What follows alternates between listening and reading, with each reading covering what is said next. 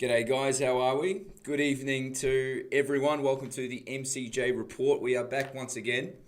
This time a little bit of a different time. We're broadcasting live on Saturday night. So I hope that everybody is having a nice weekend. I hope everybody had a nice week. If you're tuned in right now, please go ahead and share the broadcast. Share it around with your friends. We're live on a few different platforms. We're live on Facebook and also Periscope and YouTube. So I'd like to welcome everyone to the broadcast. And I'd also like to congratulate everyone who, of course, came out on Thursday night to protest against Daniel Andrews. You know, some people in the mainstream media tried to guilt us out of protesting him. They said, oh, well, Daniel Andrews fell down a flight of stairs. You should show some sympathy and not protest him. But at the end of the day, we have a state that we desperately want to take back. We have a country that we want to take back. And whatever suffering Daniel Andrews is experiencing right now is nothing compared to the suffering he has subjected Victorians to. There's Anna there. Thank you. Wendy, Sally, Teresa, Svetlana, Tony. How are we? I hope everyone's doing really well. I'm so happy to have you guys here. All right, so I guess we may as well get straight to it, hey? All right, rightio. So first thing, I just wanted to let you guys know that I've actually launched a supporters page. Some of you may not be aware, but I've been self-funded basically this entire time. I've been very active since 2019, but the time has come where I am asking for people to support me. Otherwise, I'm concerned this operation may no longer be viable. So, of course, if you're going through a difficult time financially, I would never want you to support. So please rest assured that the content will always be free, but I just wanted to let you know if you do want to support, you can just head to mcjreport.com/support, and of course that would be hugely appreciated. All right, where are we? Yeah, so this guy Daniel Andrews, we had a good turnout. It was great to see people coming out. I know it's difficult to get out on a weeknight. It was a Thursday night. So we will be probably doing our next events on the weekend. So it wasn't as many people compared to Greg Hunt's office, but I was still really happy with the turnout and we had really good energy, and I think something's changing in the air. I've got a copy of my speech here, so I'm going to play it for you right now. So we have the last speaker for tonight is Morgan C Jonas. I will give him a bit of a prelude, sorry Morgan, but I don't know if everyone knows this, but Morgan was protesting before protesting was cool, okay? Before it was popular during lockdowns. But so in December 2019, he was protesting the Belton Road Initiative, and he was already protesting Daniel Andrews. So if anyone has something to say about Daniel Andrews, it's him, and he's a pioneer protester, which I think all of us have learned from over this time. So I really am glad that he's in this movement. So here he is. How are we, ladies and gentlemen? I'm going to make this pretty short. You guys know overall what my views are. Tonight I'm here for one reason and one reason only, and that is that the Premier of Victoria, Daniel Andrews, has no business representing the good people of our state.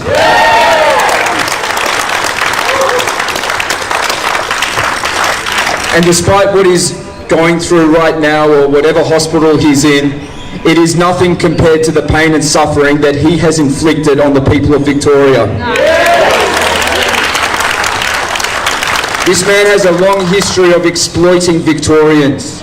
He wasted $1 billion of our dollars when he tore up the East-West link. He rejected billions of dollars from the federal government that cost us thousands of jobs. For years now, he's run off to China, selling out our sovereignty to the Chinese Communist Party. And his COVID policies have destroyed countless amounts of lives and has resulted in a mental health crisis that will haunt us for many, many years to come. Now, maybe you may call me unsympathetic, but personally, I do not feel sorry for Daniel Andrews.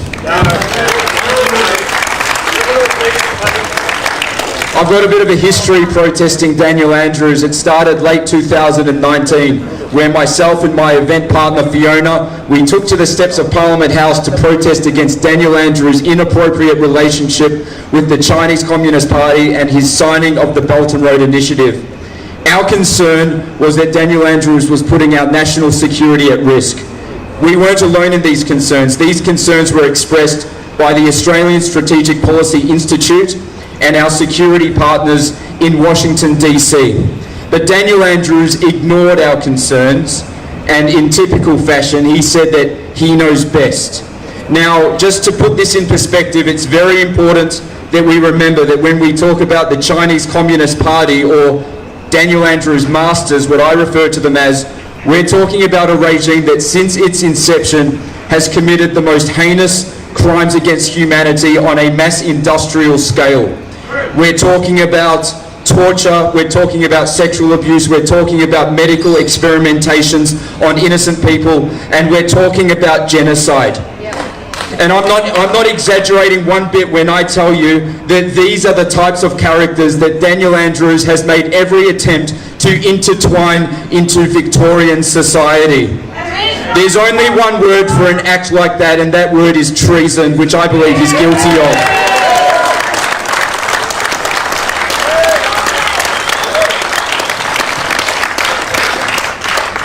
Daniel Andrews has exploited the emergency powers as a means of living out his authoritarian ambitions. Under Daniel Andrews, we've seen the shutting down of Parliament. We've seen expert doctors that have opinions that are different to his silenced and shut down as if we're living in a communist country. And the policies orchestrated by Daniel Andrews and a small group of his criminal colleagues have resulted in the destruction of countless amounts of livelihoods and the erosion of our freedoms, which have been enforced by a corrupt Victoria Police.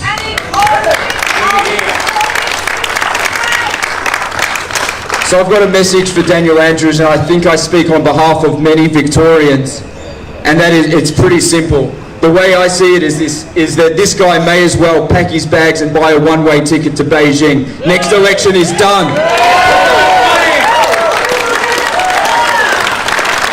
And that I and thousands of other Victorians, we are going to do everything in our power to return Mulgrave to the people and to vote him the hell out of Parliament. Thank you for listening. Alright, so there you go. There was my speech right there. Maybe I upset a few people. Is that fair enough? Maybe I upset a few people when I said that I do not feel sorry for Daniel Andrews. Well, how much sympathy has Daniel Andrews shown to the countless amounts of Victorians whose lives have been destroyed?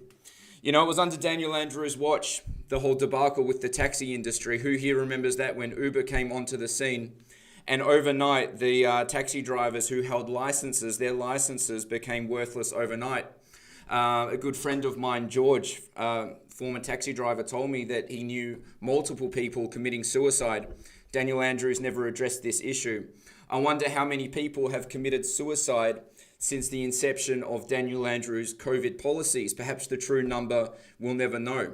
How long will this mental health crisis haunt our state for? Again, you know, the answer we'll probably never know.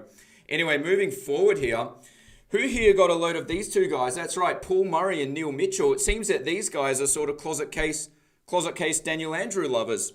Now, Monica actually did an interview on Neil Mitchell the other day, and Neil tried to steamroll her because that's what he tries to do. Neil is definitely a bully. He's got his microphone turned up really loud so he can speak over people. The guy's absolutely rude. And Monica did a great job. She didn't back down, and she actually was the one that steamrolled Neil. It was a terrific interview, and I highly recommend that you go and have a listen to it. And Paul Murray, on his show, he started taking digs at Monica and the rest of us as well, saying, oh, you shouldn't go and protest Daniel Andrews. He's in hospital. His ribs are sore, etc., etc. Of course, I'm paraphrasing here.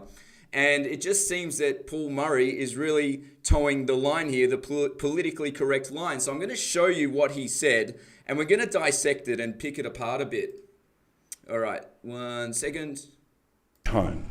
Like everyone who is reasonable, I can see the massive, endless mistakes that Daniel Andrews has made as the Victorian Premier, and particularly the problems that come even to today with some of the restrictions that exist in Victoria.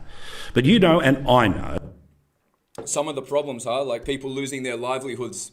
Paul Murray has not lost his livelihood. This bloke is not off the hook forever, but he's pretty crook right now, okay? He's slipped, he's had this fall, could need back surgery that is going to be pretty serious and could rule him out for a few months. He's going to stay in the job, but there is a protest planned for this weekend at his office for people who want to have a go at some of the decisions that have been made most recently when it comes to some of the restrictions that still exist in Victoria. Now, you can simultaneously still be pissed off at the way that this bloke has handled the pandemic, but not make a goose of yourself by turning up to his office while he's in hospital and clearly losing the PR war. But protesters told this to Neil Mitchell today that they don't care. They're protesting. Yeah, it's pretty interesting, Paul Murray trying to take the moral high ground, not taking into consideration all the lives that have been destroyed, the businesses that have been destroyed, the mental health crisis. And according to Paul Murray, we're the ones in the wrong for protesting this guy because he took a little bit of a tumble. Are you kidding me? I mean, who writes this guy's script? Honestly. Anyway. Can you see that it's a little indecent? Let him recover. Let's go on the back foot. Protest somewhere. Indecent, Neil Mitchell. You know what's indecent? Running off to China and selling our sovereignty out to the Chinese Communist Party, a regime that is guilty of the most heinous crimes against humanity: torture, arbitrary detention, kidnappings, medical experimentation on humans. And it's indecent for us to go and protest Daniel Andrews, a man who is so desperately trying to sell away our sovereignty. Get a load of this guy. What an absolute joke. Neil Mitchell, you're irrelevant now. Nobody cares about you.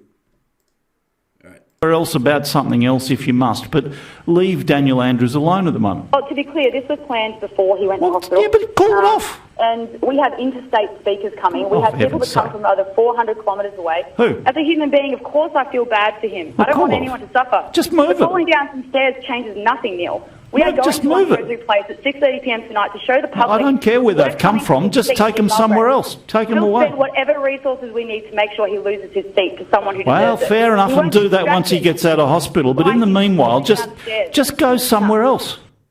Look, So Neil Mitchell there trying to speak over Monica. He's so rude. He's trying to interrupt. But good on you, Monica. You held your ground and you showed him who the boss was. All right, let's keep going. I get it. Daniel Andrews would not show mercy to us, and he certainly didn't show mercy to the state of Victoria, let alone those 800 families, with all of the mistakes, the cover-up inquiry.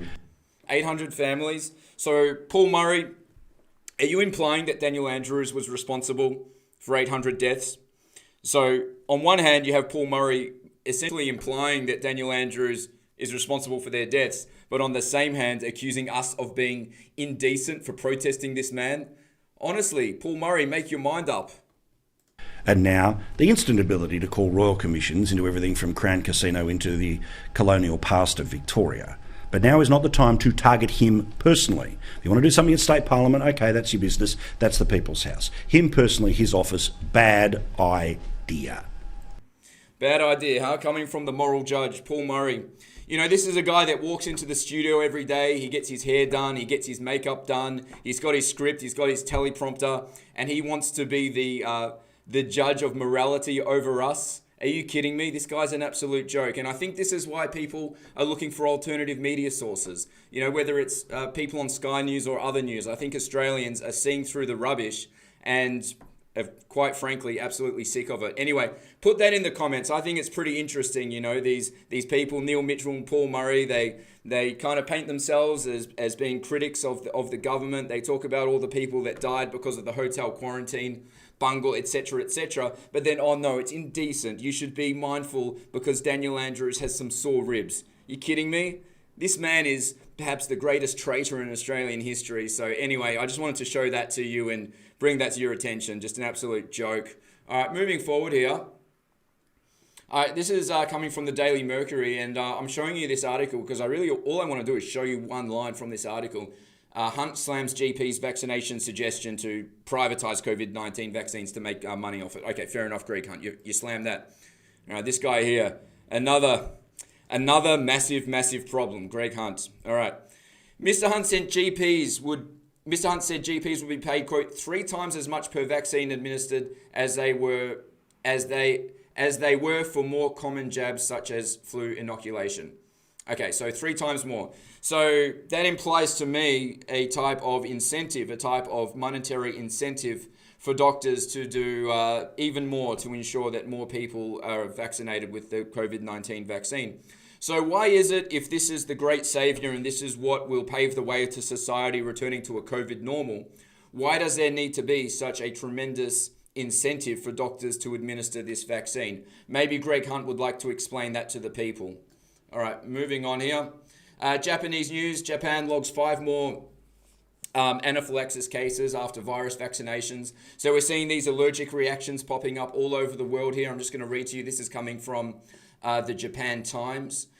Japan's health ministry said Monday that 5 more people in the country suffered anaphylaxis, a potentially fatal allergic reaction after receiving vaccinations against the novel coronavirus. With the new cases, the number of confirmed instances following coronavirus vaccination in the country rose to 8.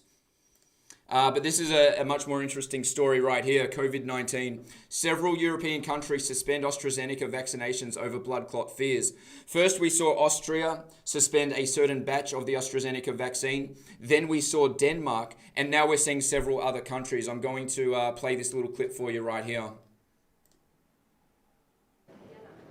Yeah, this is the other big vaccine story of the day. It started when there were reports of severe blood clots of people in Austria who had received the vaccine. The initial reaction from Austria and some other countries was to just not administer the particular batch that those vaccines came from. But then today, Denmark said it was suspending all applications of AstraZeneca for 14 days. Now, the Danish medical authority was keen to stress there is absolutely no evidence at this point that the vaccinations caused those blood clots, but they just want to make sure, they want to play it safe. Similarly, the European Medicines Agency yesterday said they too could find no direct link between the vaccinations and the blood clots. They are continuing to look at it, but in the meantime, they say there is no link. That being said, this is a vaccine that already has some reputational problems in Europe. For one thing, because of these business disputes, essentially delivery disputes, that the European Union is having with the company, and then the other, that several countries in the EU decided not to give the vaccine to people over 65 at first because they said they hadn't been provided with enough data from the company. Those countries, like France, Germany, Belgium, they have ended that restriction to only giving the vaccine to people under 65. They're now giving it to people older. But we did see those, the public confidence in this vaccine dented by that initial restriction that some people under 65 maybe didn't want to take it. Probably the bigger problem was the logistic systems weren't designed at this stage to be giving vaccines to people under 65. But this new news could further damage public confidence in the AstraZeneca vaccine. And the problem is this vaccine is still at the center of the EU's vaccination strategy. As I mentioned, those Johnson & Johnson jabs probably won't be coming for some time. So the EU is kind of stuck with AstraZeneca at this point, even if people are feeling nervous about it. Again, there's no reason to feel nervous about it. That's what the EMA said. All right, so there's no reason to feel nervous about it, but you've got like 9 countries literally suspending the vaccine out of concerns regarding serious injuries. And you've got this bloke here reporting, there's no reason to be concerned. We're just suspending it because, you know, it's just what we're doing. So I'm just going to read to you a little bit from the article here. Several European countries have suspended all or part of the AstraZeneca vaccine rollout as a precaution while they investigate concerns relating to blood clots. But French and EU regulators say there is no need to halt vaccinations. Fair enough. 9 countries halt the vaccinations, but French and EU regulators say there's no need. And according to this bloke here from France 24, there's nothing to be concerned about. All right, moving on here. Also on the topic of AstraZeneca, I suppose, in a way, right? Greg Hunt, diagnosed with bacterial infection, remains in hospital. Okay, so this was from 3 days ago, okay, but you'll see why I'm bringing up this article in a second. Health Minister Greg Hunt has ended speculation his hospital was linked to a COVID-19 vaccine, revealing why he was admitted. Okay, so the great reveal, okay, he wanted to put all the doubters to rest and say, hey guys, this is absolutely not due to the vaccine, AstraZeneca, it's due to other reasons. Okay, it says here, overnight testing confirmed Minister Hunt's diagnosis to be cellulitis, a bacterial infection in his leg, a statement from his office read. Now, Monica brought to my attention some information from one of her medical contacts the other day, information from gov.uk. That's right, the official government website from the United Kingdom. So we're going to take a little bit of a look at this right now, this condition called cellulitis, which is the diagnosis from Greg Hunt. Greg Hunt claiming, of course, this had nothing to do with the vaccine. All right, so let's have a look here. So we've got gov.uk. And we're going to take a look at this document right here that says COVID-19 vaccine AstraZeneca analysis print. I've got it open on the next page, so you can go home and look at this for yourself. And we're looking at side effects right here under bacterial infections, and we have cellulitis, okay, with recorded 140 cases of that with 1 fatal. So cellulitis clearly listed here as a potential consequence of this vaccine. We've got, of course, in the news, Minister Hunt's diagnosis to be cellulitis, and cellulitis being linked as per the document here on gov.uk, COVID-19 vaccine AstraZeneca analysis. So is it just a coincidence that Greg Hunt took this particular vaccine and developed cellulitis, and they're isolated instances and not connected whatsoever? Or is it possible that Greg Hunt is lying to the people and the hospitalization and the infection is a result of the vaccine? Which one is it? Is it just a chance? Is it just a coincidence? Or is Greg Hunt completely full of it? I don't have the answer, okay? I don't know. I can only ask the question. Why don't you put that in the comments and tell me what you think? All right, moving forward here. Moving forward, that's right. Energy Australia to close Yallourn coal plant in 2028 and to build a massive big battery. All right, so again, we see the closing down of our coal-fired power stations. I'm going to read to you here. Energy Australia will close the Yallourn plant, I don't know if I'm saying Yallourn right, Yallourn power plant 4 years earlier than planned, announcing an accelerated closure date of mid-2028 as coal generators face the impacts of falling electricity prices and the rising costs of maintaining aging infrastructure. Energy Australia had previously indicated that the power station would close in 2032 when the power station is expected to exhaust its supplies of coal from the Yallourn mine. But analysts have said the rapidly changing market and the aging generators' inability to handle flexible output would likely mean an early closure. Energy Australia announced that part of the closure plans would be a new big battery facility that would be built at Jiralang in the Latrobe Valley. So, of course, there's a few questions here. Will this big battery be able to produce reliable energy? Are we going to see a situation like South Australia where when the weather gets hot, many houses are left without energy? Are we going to see an increase in energy prices? So these are the two main questions. Will the energy be reliable? And what's going to happen to our power bills? I think Daniel Andrews has a lot of questions to answer. Now, Energy Australia, some of you may not know, is owned by a company called CLP Group, which is a Hong Kong company. Hong Kong, of course, being under the dominant control of the Chinese Communist Party.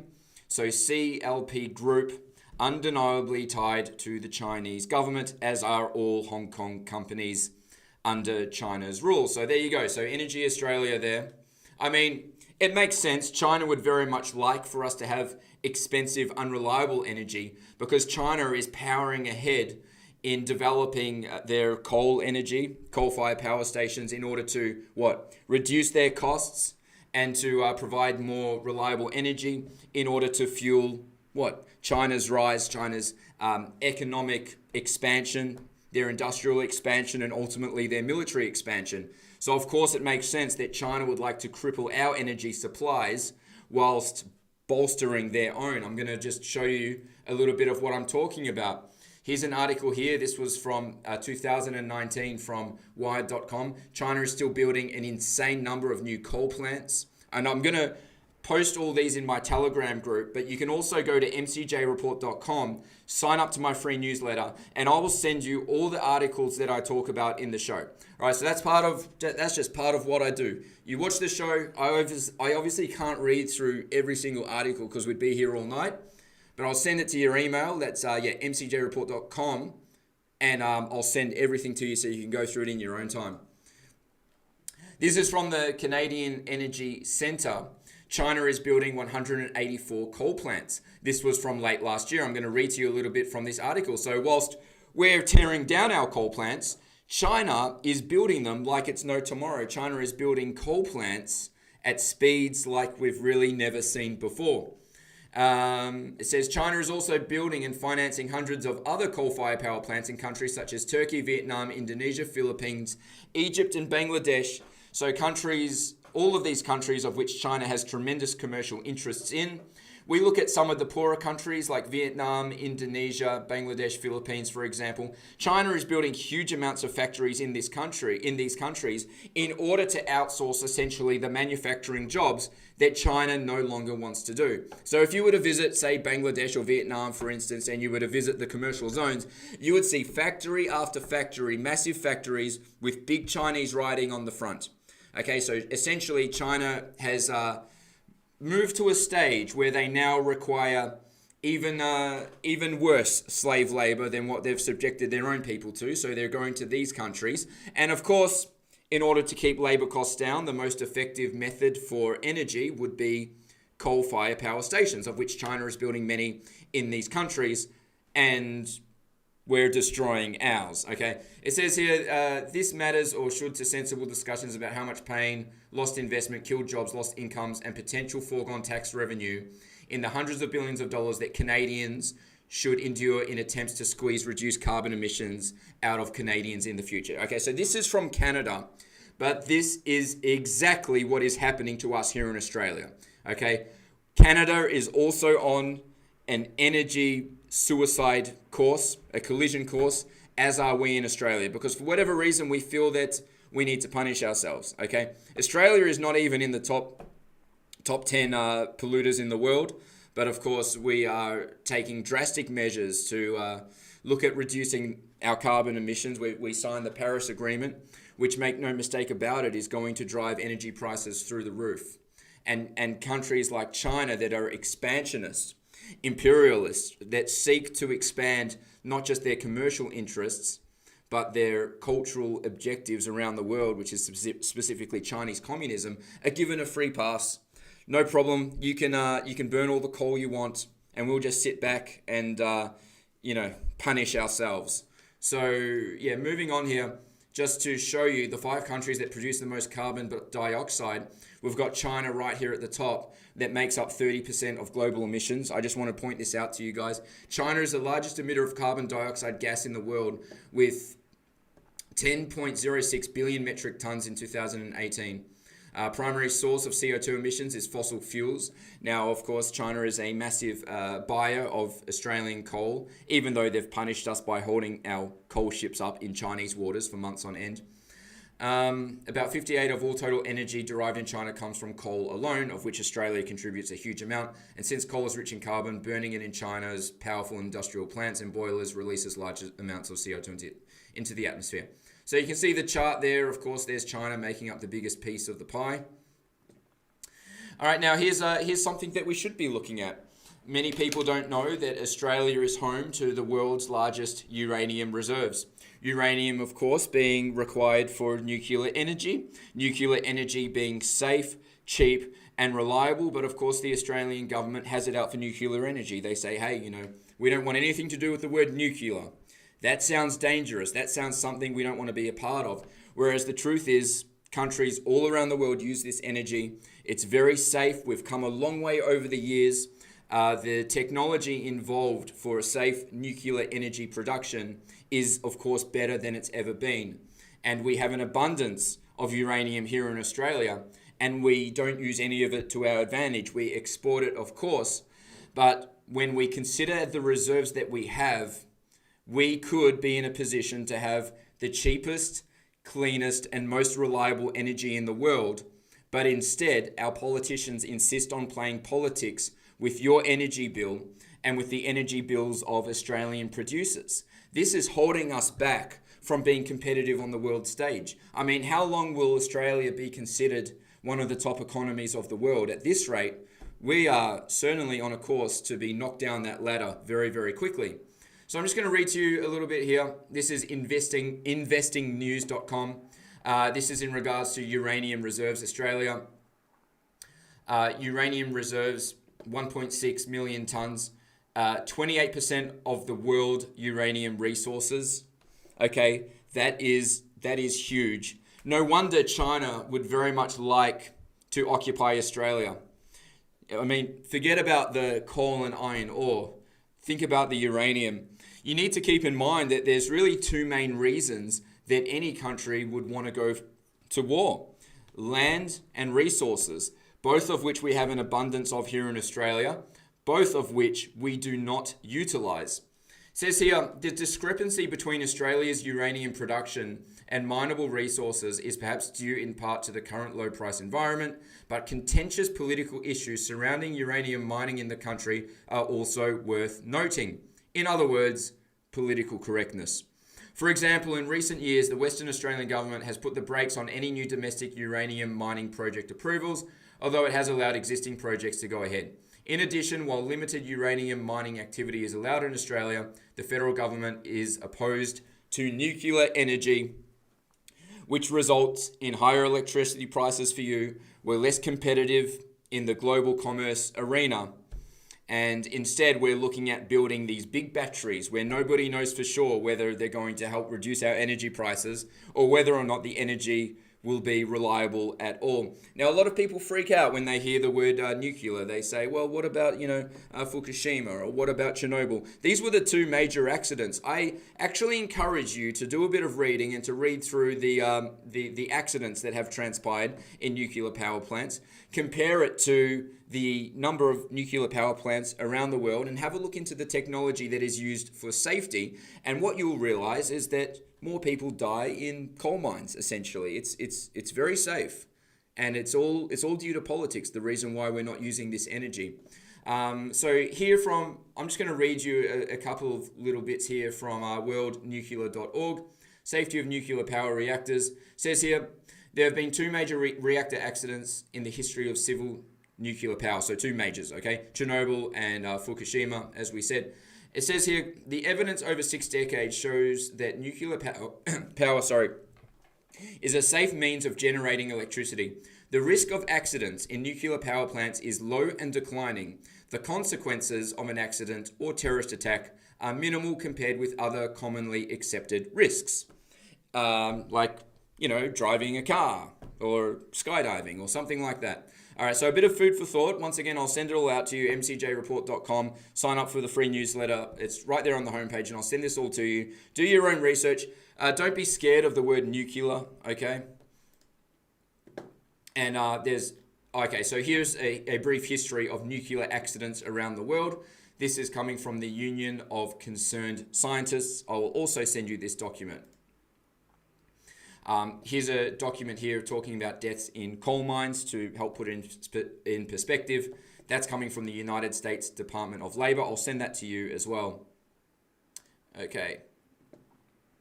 This is just a graph here from statista.com showing the number of operable nuclear reactors worldwide. So United States leading the charge. But look, China's catching up. China wants to be the number one nuclear power in the world. Meanwhile, we in Australia, we're saying, oh no, that's scary. We don't want to touch that stuff. let's just allow China to become more and more powerful and continue their path towards nuclear power, nuclear weapons. I mean, what could possibly go wrong there? So yeah, I think this just shows that we need a major shuffling of the seats in Parliament. That's a huge part of what I'm doing now. You guys know that I run my show 3 times a week. I chop it down. I spend a lot of time researching. Many of you send me great documents that I spend time looking through. But of course, I'm also very much involved in working with Monica and RDA, and I'm seeking to play a role, of course, in helping good people to take the seats of some of the people in parliaments that we would prefer are not there. Maybe I'll throw my hat in the ring myself. I'm not sure. I haven't made up my mind yet. So we've got a long way to go, but of course, this is only possible with a group effort. I've really felt so encouraged by so many people who are willing to roll their sleeves up. We've got some great campaigns soon. We've got some letterbox drop campaigns. And if you'd like to participate, head to reignitedemocracyaustralia.com.au, and on the homepage you can register your interest. So that's just about it for the show. I'd like to thank everyone that's tuned in. I'm going to go back to the comments. I can see a bunch of you in the comments there: Hillary, Mike, Aletta, Monica, Judy, Dirk. It's great to see you guys. So once again, you can sign up for my newsletter here, mcjreport.com. Again, if you'd like to support the show, you can do so from as little as $5 a month. This is my calling in life. This is what I want to do. I've been doing this since 2019. And I just want to say that it was really important for me to put in a huge amount of work before I launched the raising to fund this project. I wanted to prove to the public that I'm not just some guy that's going to jump on a cause and then start asking for a handout. So for me, it was really important to put in the hard work. Of course, I've been active since 2019, protests, videos, research presentations, all of that. And I've been self-funded this whole time. So if you'd like to contribute, you can do so here, mcjreport.com/support. But in saying that, if you are going through a difficult financial time, please do not contribute. Please look after yourself. I've been there myself. I know what it's like, and the content will always be free.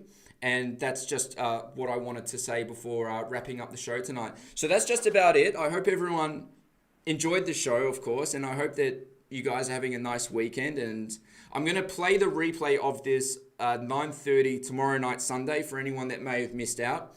And that's really about it. So you can follow me on Telegram. That's at Morgan C Jonas on Telegram.